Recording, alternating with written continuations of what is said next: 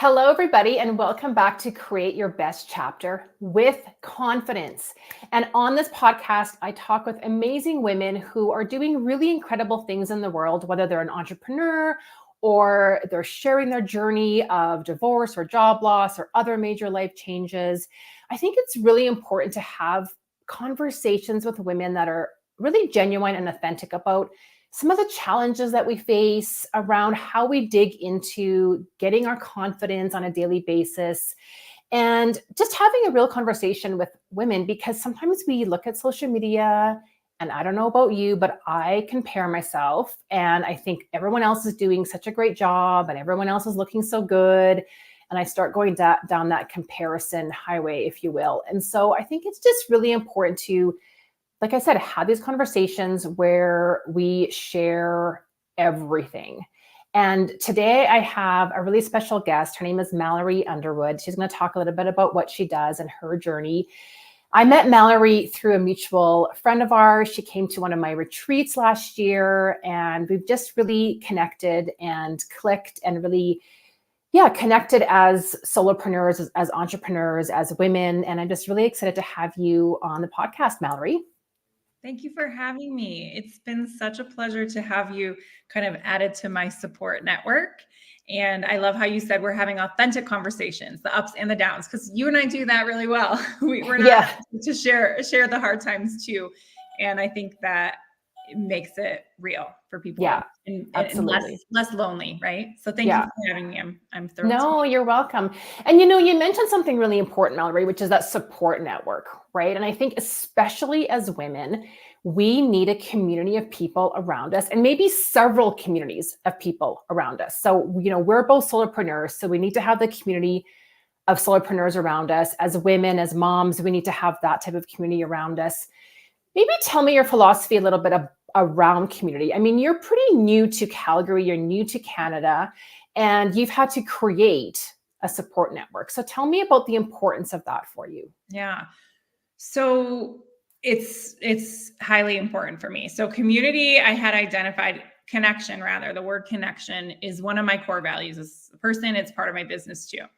And so really it stemmed from the pandemic. And what I found was all my core values went away at the same time because I couldn't have experiences, I couldn't have connection, I couldn't have space. And those three things are really important to me. And I've historically moved around a lot, like large moves. So you hinted at I'm new to the area. So I've been in Calgary for 3 years, and we've done, I think, 3 or 4 other cross-country moves together, my husband and I. And the main thing that keeps me from feeling like the new place is my home is community. So until I have that piece in place, I really actually struggle. And I have a great partner and I have great friends virtually, but there's something about having that local community that I really find I need to settle into the new spot. Now, in the entrepreneur space, it's a little bit different because, there's a lot of us who are working virtually.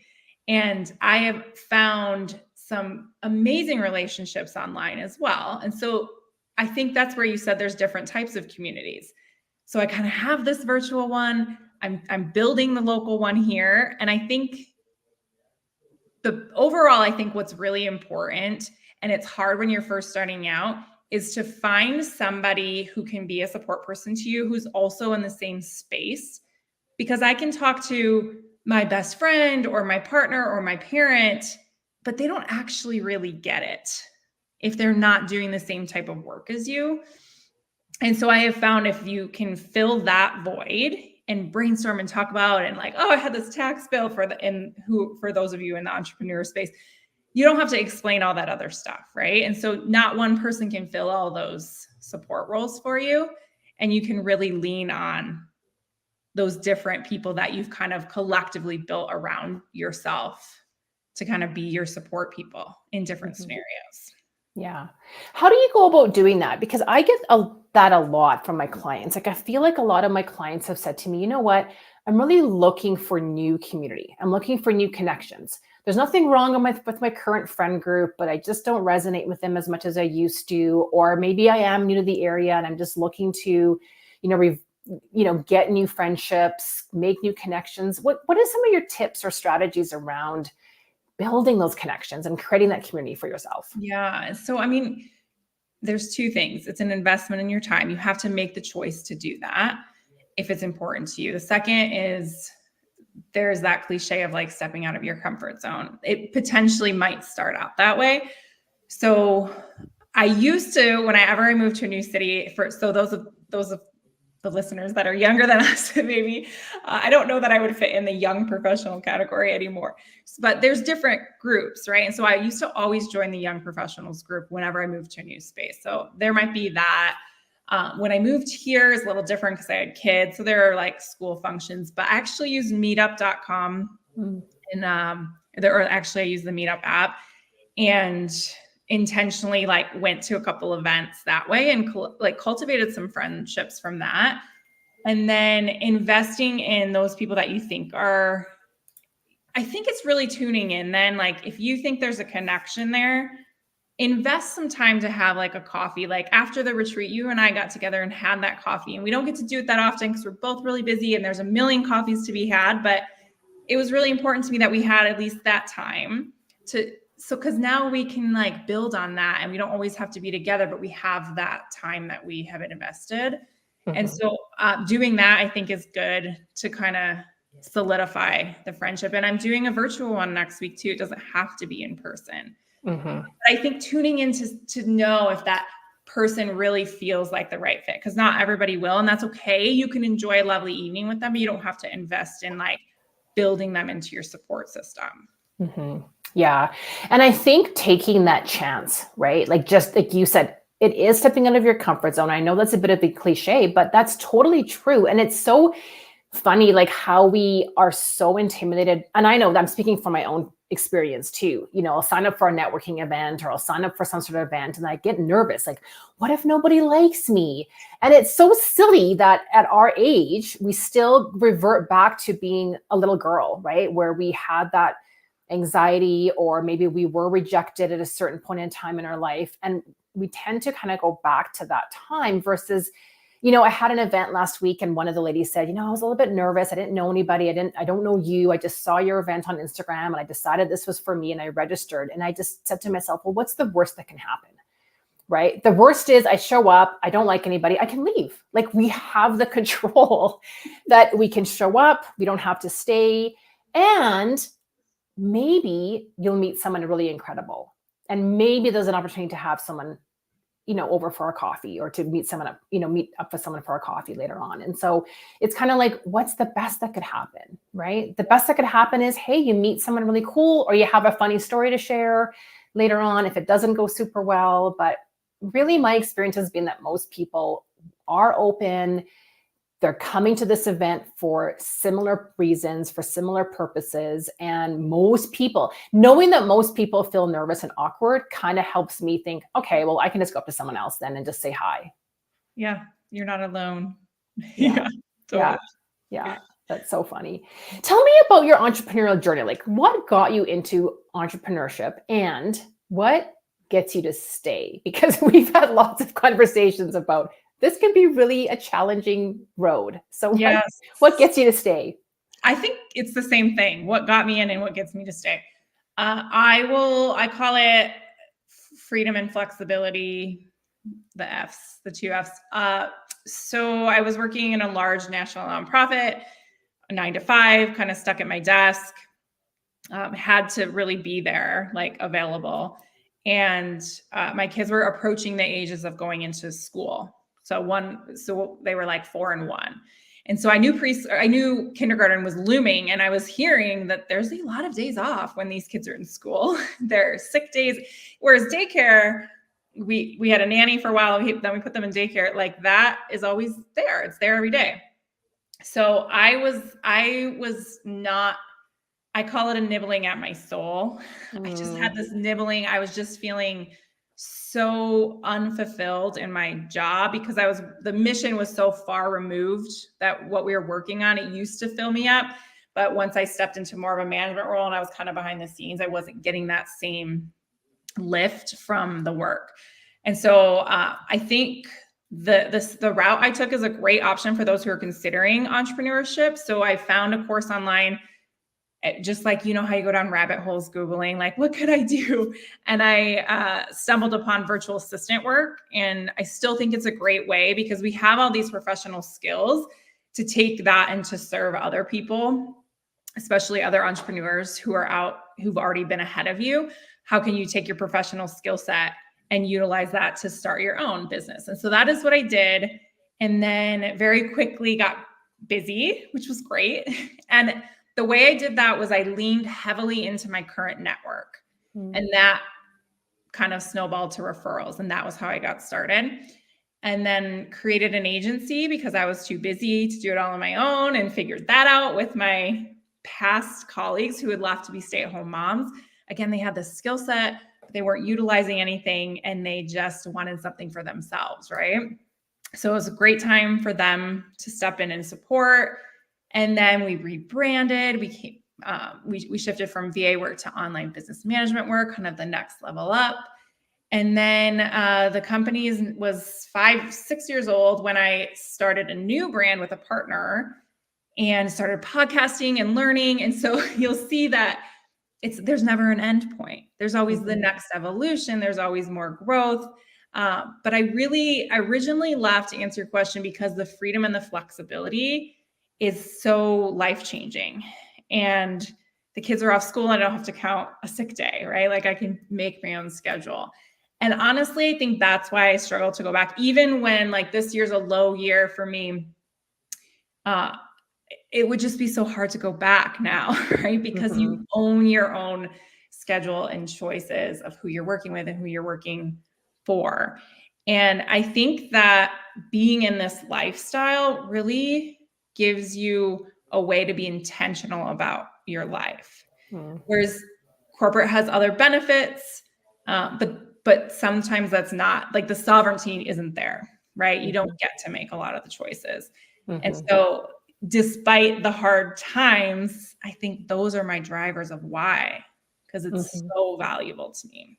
Yeah, absolutely. And you said something about, you just felt something nibbling at your soul, and just even that word, right? Like what you're doing now, I know fills your soul in a different way than what your previous corporate career did.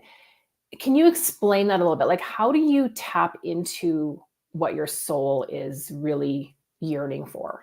Yeah, I mean, it took me a little bit of time to figure it out, but I think the values piece came later, but so a couple things come to mind when you ask that.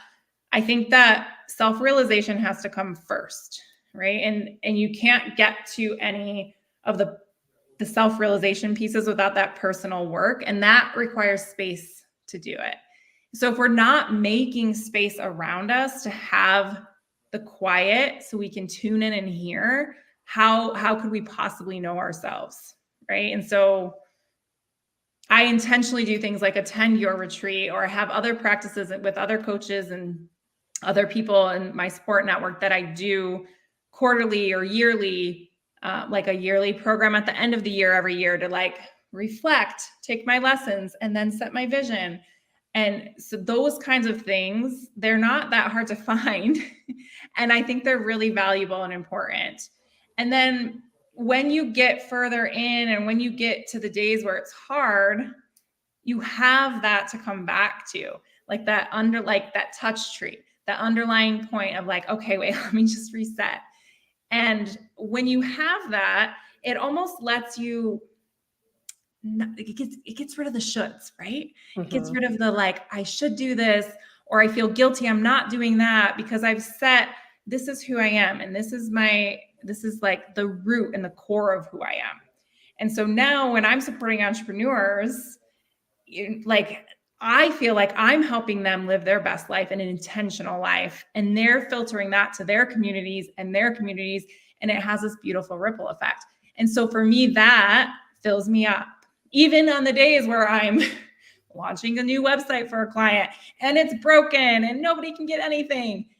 But there's still the deeper underlying reasons and connections and whys for me that still make the hard days worth it.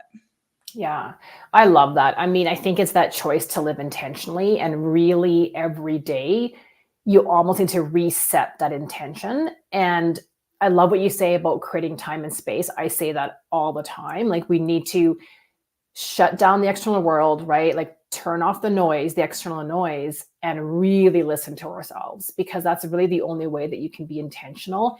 And that in itself is an intentional practice, right? Mhm. Like, you need to create 5 or 10 or 30 minutes daily on a regular or on a very regular basis in order to have that tune in time. And so it is really making that decision. Like you said at the beginning of this conversation, it's like you need to make a decision that this is what you want to do and this is how you want to live your life, whatever that is, whether it's entrepreneurship, whether it's a corporate job, or whether it's volunteering or whatever else that you want to do. But being intentional about that and not letting someone else dictate or decide for you what's going to happen with your life or what's going to happen in your day. So Mhm. I really, really appreciate that intentionality and taking the time to really reflect and tune in to your intuition. Yeah, and I think when we say that, it's not to say there aren't days where you don't feel that. Yeah. Right? And it's not to say that every day and everything feels great. So I think it's just a reminder to come back to and say, okay, this actual thing I'm doing today is not fun, but I know it's for the purpose of this, which I know Mhm. is who I am and my goal. Uh, Sometimes, especially those who have little people, families, right? You can't always, there's a lot of things that you don't want to do. But this is serving the fact that I want to be the best model for these people as I can and raise them to be the best humans as I can, right? So remembering that and rest is part of that. It doesn't Mhm. mean hustle. Mhm. Intentional does not mean hustle every single day. Mhm. So just remember that you can't give your all without recharging. It's actually a huge piece of getting into flow state. It actually is the beginning of flow state. You can't even get to it without being recharged. And Mhm. if you're not resting, you're taking all the emotional baggage from the day before, you're bringing it forward. So do not miss out on the rest piece. And then the last thing on this point I'll say is do the work, but then also remember that we can hear the inner knowing Mhm. and we can ignore it. And we do Mhm. that sometimes. Oh yeah, we do. I know. I have before for sure. And so just a reminder of like that's why I say the nibbling at the soul. Like it was there for a while and it gets bigger and bigger and bigger, right? And sometimes these manifest as like physical ailments, right? Just remember, take a breath. It doesn't have to be right now, right this moment. It doesn't have to be, but just take the neck, just maybe it's just noticing. And then maybe it's like writing something down, or maybe it's then talking to your support person about it. And like each ideation of that until the thing becomes revealed in its full, manifestation of what it wants to become. So you don't have to act on it right now, but also try not to ignore it because we do that. We do that Mhm. often. Yeah. And I think, that's why it's so important to have that support around us so that we can talk it over with someone. We Mhm. can have that time and that safe space to just throw some ideas out and see what they sound like out loud. So I really love that idea of having that support person or a support community. The other thing I'm hearing you say, Mallory, and you're not saying it, but this is what I'm hearing energetically, is that we also need to give ourselves grace and compassion when things maybe fall off the rails, right? When we have those days that we're not feeling good, or when we have those days when we have a meltdown, or when we have those days, I know for me, I go into victim mindset, right? Or comparison mindset. Um, or when we just ignore the intuition and don't do the thing that we know that we're supposed to do. And just coming back to it and saying, you know what, it's okay. Like, we're Mhm. human. I'm human, right? I had this thing happen to me and now I'm going to reset, and tomorrow's a new day. And maybe I need a little bit of rest time, or maybe I need to just shut the computer down right now, or maybe I just need to go for a walk with a friend. But Yeah. really not being like, we're so hard on ourselves, right? Especially as women, like we just tend to berate ourselves and like, this is the thing that I didn't do. And oh my gosh, how could I have said that or done that? And so it's really about allowing that compassion into our lives. And it isn't always what I didn't do. Or what I'm trying to say is like, sometimes you need to just take things and not do them. So like, there's a difference between, do I need to upload my energy or down regulate? Right. And so that's where kind of starting to know yourself. Do I need to go for a brisk walk or do a handstand against the wall? Or do I need to take a bubble bath and put on some candles and some calming music? Right. So there's different things you need at different times. And again, it comes back to creating that space to know what you are going to need in each of those moments. And for me, you mentioned this, like, I don't get on social media a lot anymore. And that is something I'm choosing not to do. It's not something I'm, like supposed to do, or maybe it is, but depending who you ask. Right. And so I just know, like, I can get on I have my ways to do it for business, and that's what I do. It works for me. And it's not the popular opinion right now, right? So that's okay to not do what everybody else is doing or you think you should be doing. But it comes back to that self-realization. What do I actually need?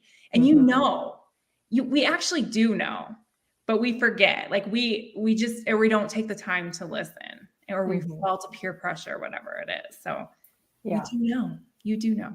Yeah, absolutely.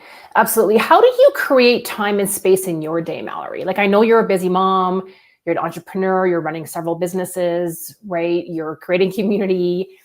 How do you create some of that time and space, especially on those days where you're like, okay, I'm really flat out today. Like, I'm just full today. Yeah. So I actually start my day. I'm actually in my basement right now. And so this is where I start my day. Cold days and beautiful days like today. And some days I have great exercise plans and I do them, and there's exertion. And some days it's stretching and listening to podcasts, because I know based on based on my cycle, based on my energy levels, based on the weather, I can tell what I need. And that's like, I give myself only half an hour. And the kids, like, they might pop down, that's not perfect, but like, that's my time. Then I get the kids off to school, and then, my day starts. But what I really am a big fan of is batching certain things for work into certain days and time blocking, in a sense where I'm not rigid on it by any means, but I don't take client meetings on Mondays and Fridays. And it really allows me to catch up on any tasks from the weekend, because entrepreneurs work all the time. And so then I can kind of get my week started. And then Fridays, same thing, catch up and feel like I can go into my weekend where there's things aren't hovering over my head. And then I also use that Monday and Friday for my personal appointments. And those have become such a big piece of my support network. So, like, I have my monthly massages. She's a massage therapist and an osteopath, because I had some ongoing, like, 7 months of pain. And that is just maintenance for me, so it doesn't happen again. And I see our mutual friend who's a chiropractor once a month, and I, have that offset. So every 2 weeks, I'm getting physical interventions on my body that just helps it run. And I count those as my times. Those are carved times that I'm intentionally choosing for myself. It's not by myself, but I'm driving there, I'm driving back. I have that space, and that's, those things are important to me. So I'm making sure that those are in my schedule. Right. So those are some things. And I think it really works for me. I also I don't have client calls until 10. I'm not a morning person. So I'm usually working at my computer by 9, but I don't have to, like, mentally be on. And other people might be the other way. They want their calls done by noon. And so in this space, you have some freedom of your schedule, and why not use it to the best of your ability of what naturally feels right to you? Yeah. Yeah. I love that. I mean, again, it comes back to what works for you, not doing it just because you think you're supposed to, or that someone online said that this is the way to organize your day. I do love the calendar blocking and scheduling, but again, whatever works for each individual person. And whether you're corporate or entrepreneur, I think that time blocking and that scheduling is really critical. And also, you're saying, and I commit to these self-care appointments, right? These maintenance appointments for me physically, for me mentally, that might look a little bit different for each person, but it's not just this ad hoc thing like, oh, I'm feeling bad, so I better go get a massage now, or I better go. Like, it's like, this is part of my regular programming, Yes. right? Just like every morning I get up and I meditate and I do my exercises and that type of thing, right? So I love that because it comes back to that intentionality. Like Mhm. you're being intentional with your time. We all have the same amount of time, Mhm. but how are we, using that time that's going to serve us the best? I have to laugh a little because I'm not surprised this conversation went this way, because part of my yearly work at the end of the year is I set an intention for the year ahead. And I don't know, you probably don't recall this. I know we had talked about it before, but my theme for this year is intentional devotion. And so that is exactly what we're talking about today, is like, yes, I'm driving to a massage appointment once a month. Like, how is that intentional devotion? It's because it goes back to my goals of feeling good, being able to serve my clients and be the best I can for my kids. How can I do that if my body is in pain? That's just one example, right? And so this year has been a practice for me of looking at all those pieces of my life and how can I be intentional. And it's almost like when you throw that out, the universe is like, okay, we're going to give you lots of lessons to work on that, right? And that's what Absolutely. the year has been for me. Like, okay, you think this, let's just make sure you really learn that lesson, right? So I think this year, in some regards, has been a challenge to live that intentional devotion lifestyle, but it is just a choice every time and every day. Mhm. Wow. I Yeah. do remember you telling me that, but I did forget. So thanks for reminding me because I love both of those words, right? Intention and then the devotion piece, which I talk a lot about creating rituals in your life. And that to me speaks of devotion, right? You're devoted to the things that are really important to you. And that really is the only way that we're going to move forward and create a life for ourselves that does feed our souls. Mhm. If we're committing to that every day, like we need to do that every day and again, being compassionate because sometimes some days are going to be rougher than others, but just keep going back to what's my mantra, what's my intention, what's my vision, what's my why, right? What's Yeah. my goal? And because there's different seasons of life too. Like Hmm. you can't be in a hustle all the time every year. Yeah. And so, there's seasons where you're hunkering, Yeah. right? Where you're rebuilding, where you're building that support network around you so that when your next hustle energy comes, Hmm. you're prepared to do that.